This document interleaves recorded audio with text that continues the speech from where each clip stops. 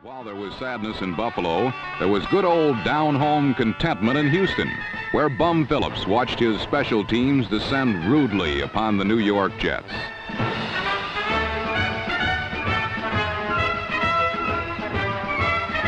Actually, Jet punter Dwayne Carroll's failure to get this kick away didn't seem so bad in view of what happened later on when he was successful. For when punting to the Houston Oilers, a team must deal with the most explosive pair of white pumps on the continent, those worn by Billy White Shoes Johnson.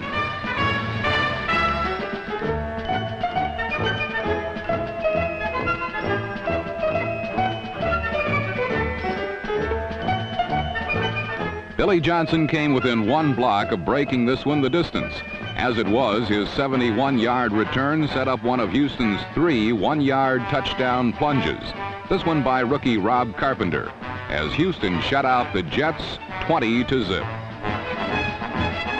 Houston plays well at home in the Dome, and out west in Denver, the Broncos wanted badly to do likewise in their home opener.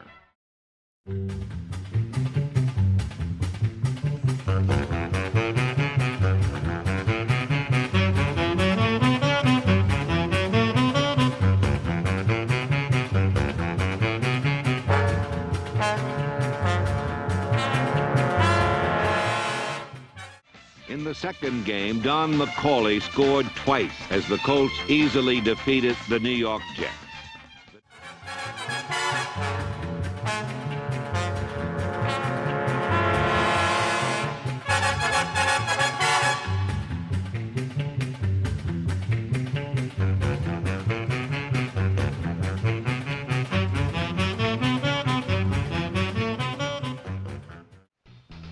Probably the greatest shockwaves last week emanated from Shea Stadium, where the winless and punchless New York Jets were up against the supposedly playoff-bound New England Patriots.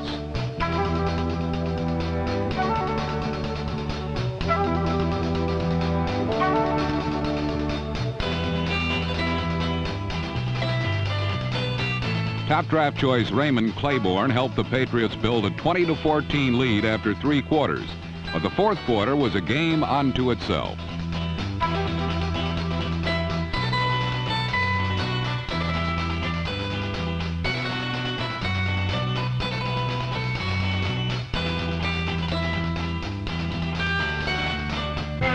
Second-year linebacker Greg Buttle's interception and a 44-yard touchdown return put the Jets ahead 21-20. And with almost a full quarter still to play, an unbiased onlooker might have thought the world's championship was about to be brought back to New York.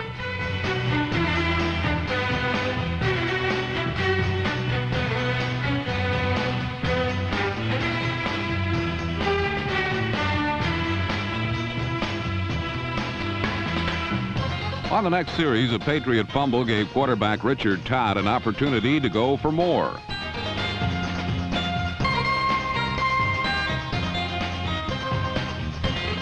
Number 85, rookie wide receiver Wesley Walker had his first professional touchdown, but the extra point was missed, and the Jets led by 27-20 until just a minute and a half remained in the game. Steve Grogan's pass to an unattended Darrell Stingley tied the score at 27, but then the Patriots' 5th turnover of the day gave place kicker Pat Leahy a 32-yard shot with just 23 seconds left. Said Leahy after missing an earlier extra point and field goal, "I needed that one. I just wanted another chance. Oh, I wanted it so bad." Said New England coach Chuck Fairbanks after his second straight upset loss by the same 30-27 score, "We played like a bad team. Maybe we are a bad team."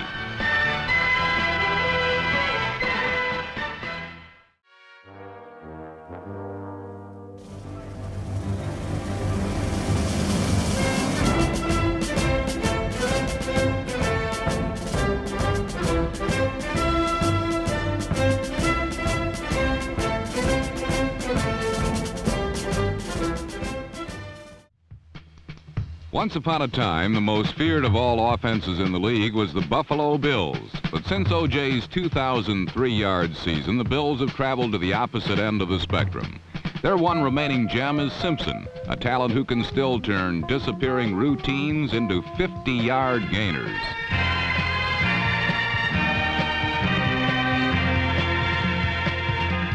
Against the Jets last Sunday, the efforts of the Juice meshed beautifully with quarterback Joe Ferguson and receiver Lou Picone, and these results earned the Bills an early lead.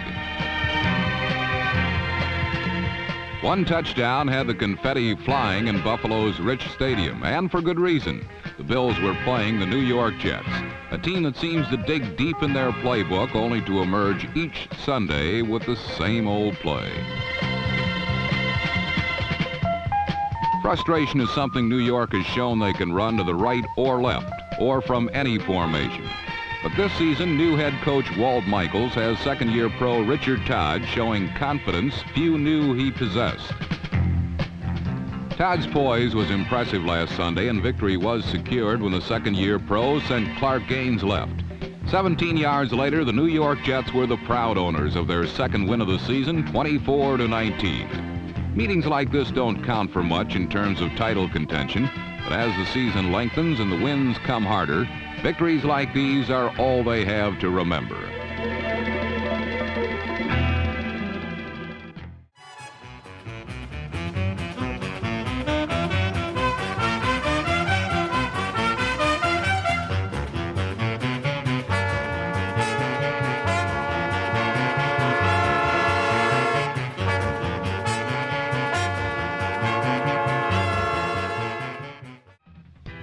With last season's storms behind them, Miami Dolphin fans are enjoying 1977 more and more, while opponents like the New York Jets are enjoying playing the Dolphins much less.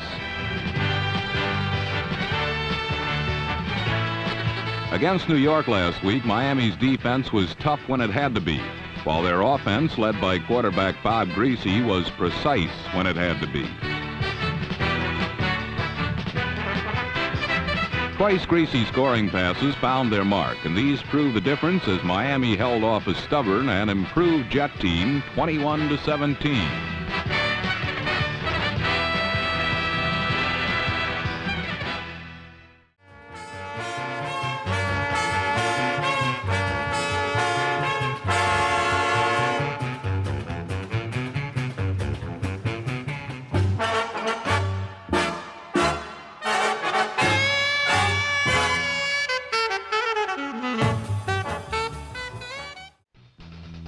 But the most inspired performance of Week 6 came from New York Jet quarterback Richard Todd.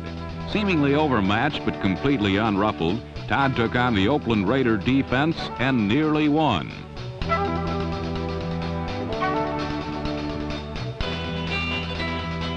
This 87-yarder went to Wesley Walker, one of 4 Jet receivers who wound up on the scoring end of Todd's touchdown passes.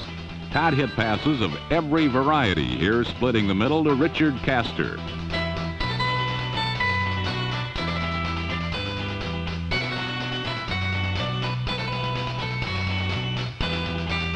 When the Raiders took away the post, Todd went to the flag, this time floating one to Jerome Barkham in the corner.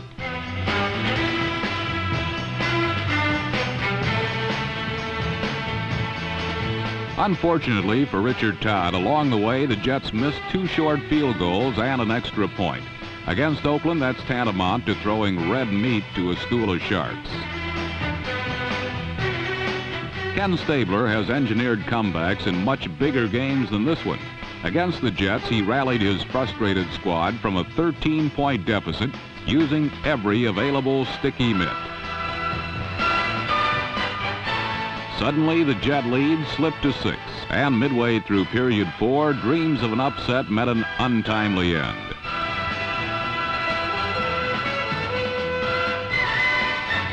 Against most teams, Todd's 4-touchdown performance would have been enough, but the Raiders aren't like most teams, and Ken Stabler isn't like most quarterbacks. Wherever he goes, he's still the people's choice.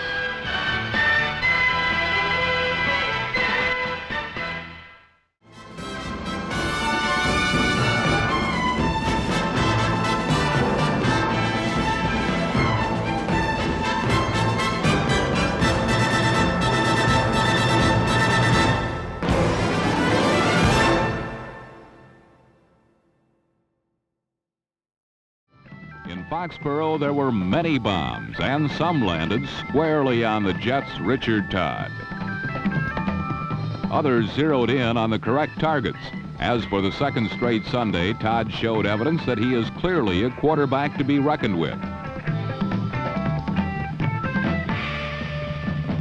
The Patriots under Steve Grogan are beginning to look awesome. For good hands, Grogan has number 84, Darryl Stingley. For sheer, flat-out, Olympic-caliber, stopwatch-bursting, breathtaking speed, he has rookie flyer Stanley Morgan, number 84, from Tennessee.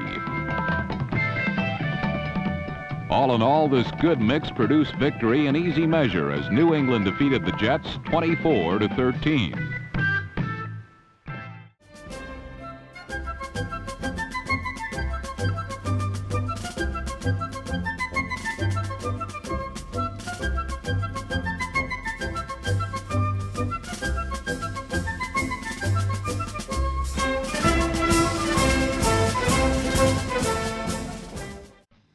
Meanwhile, in New York, Dolphin quarterback Bob Greasy pondered a Jets defense much stingier than the one opponents had hoped to see this year.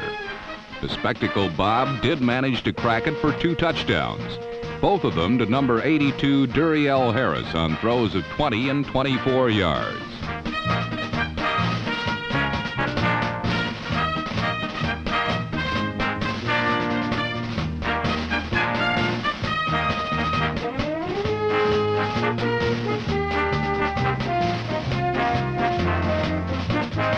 Other than these 2 aerial hookups, Greasy and his offense had little luck against the Jets' much improved defenders, who came up with big plays throughout the afternoon.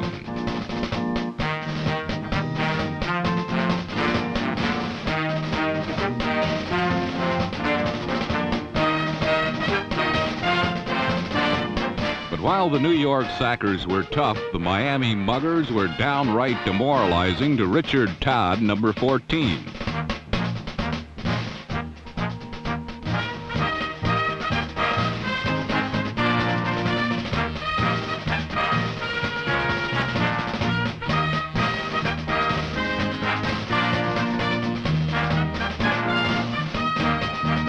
Finally, with Todd aching, Marty Domrus came in to lead the Jets on their only touchdown drive of the day.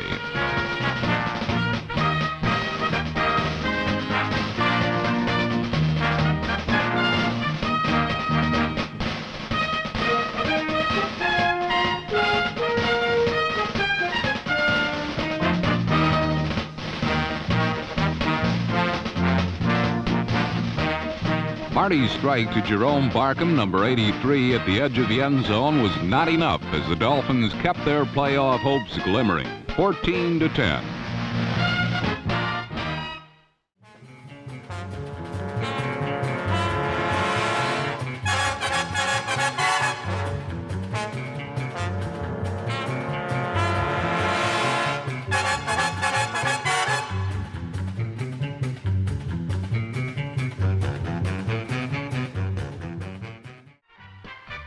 A young expansion team on the road isn't supposed to win, especially in scary places like New York City.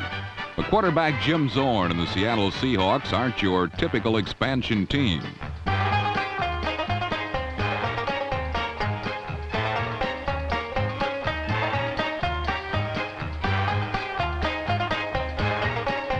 Against the New York Jets, the elusive left-hander connected 16 times for 200-plus yards and 2 touchdowns, as Seattle shut out the Jets 17-0.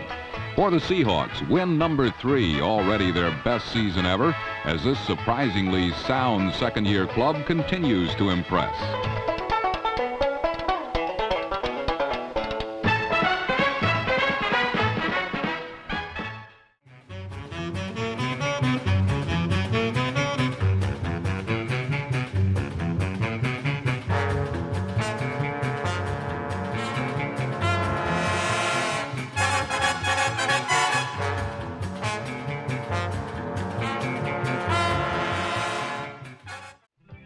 Just when Coach Walt Michaels of the Jets had turned his team from horrible to respectable, he was burdened with the loss of his star quarterback Richard Todd.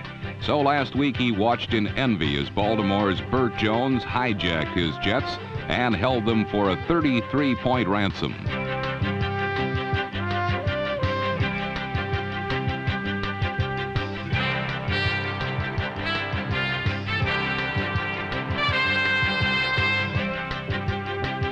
This 53-yard hookup from Jones to tight end Raymond Chester began the Baltimore Colts version of the Calgary Stampede.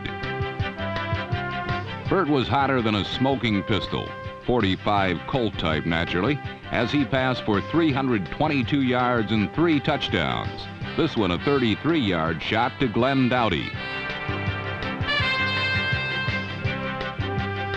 Most quarterbacks throw best while standing statuesque in the pocket. But like the Sundance Kid, the Jones boy fires deadly when he's moving, this time to running back Lydell Mitchell.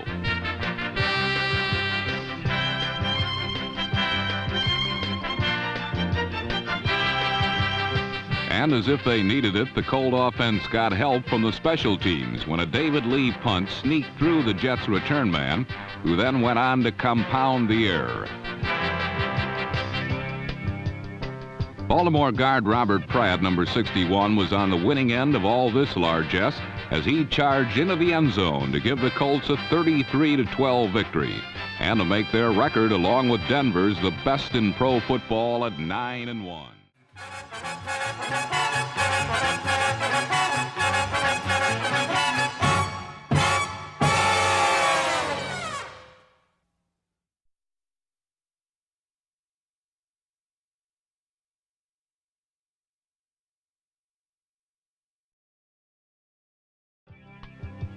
When the reviving Pittsburgh Steelers traveled to New York's Shea Stadium last Sunday, they took with them some impressive conference rankings. Number 2 in overall defense, number 1 in overall offense, number 1 in passing. 2 good reasons for the high rank in passing were 2 crafty wide receivers named John Stallworth and Lynn Swann, number 88.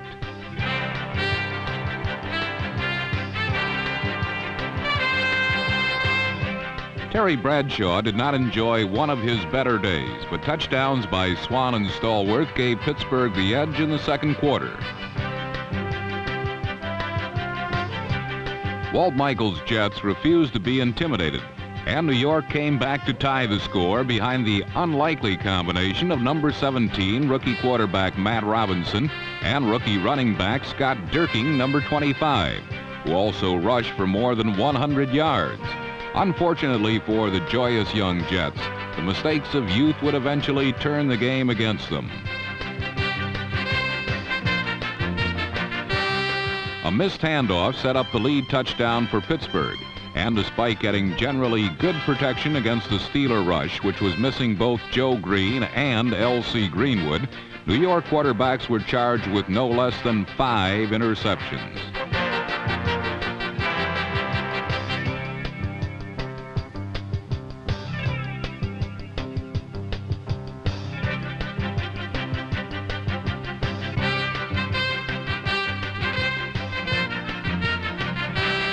After the Steelers intercepted Matt Robinson 3 times, Richard Todd replaced him and threw 2 more interceptions on his first 2 passes.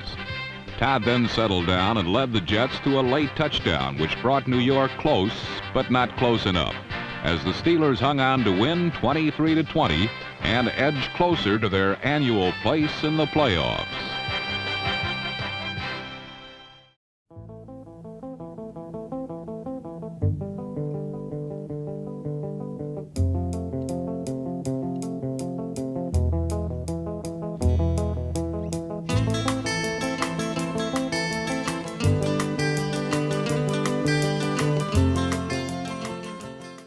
Jets defeated New Orleans, it was Gaines once more who led the comeback effort.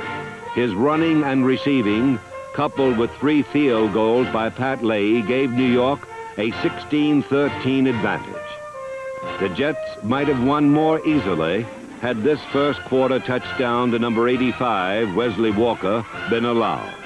Perhaps Walker, more than any other player, typified the Jets of '77.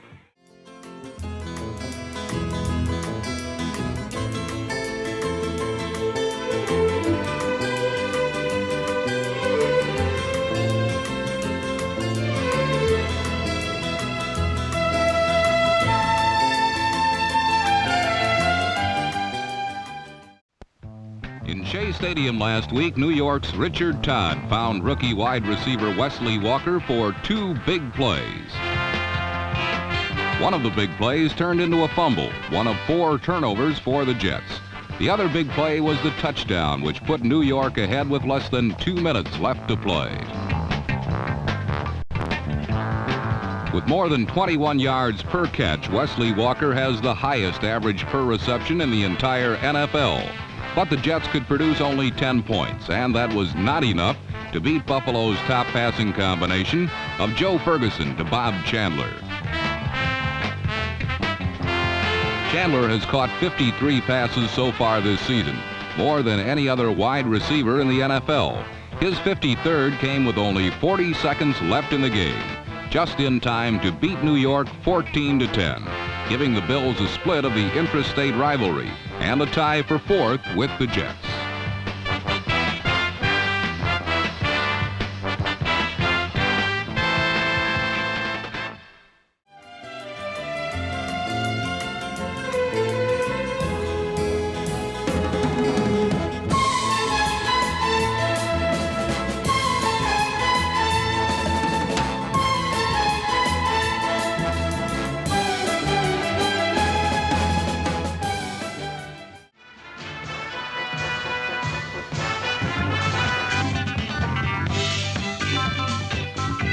The bomb squatters Larry Marshall, the NFC's best punt returner of 1977. On passing downs, number 67, free agent Len Burnham was a defensive terror, notching 10 quarterback sacks.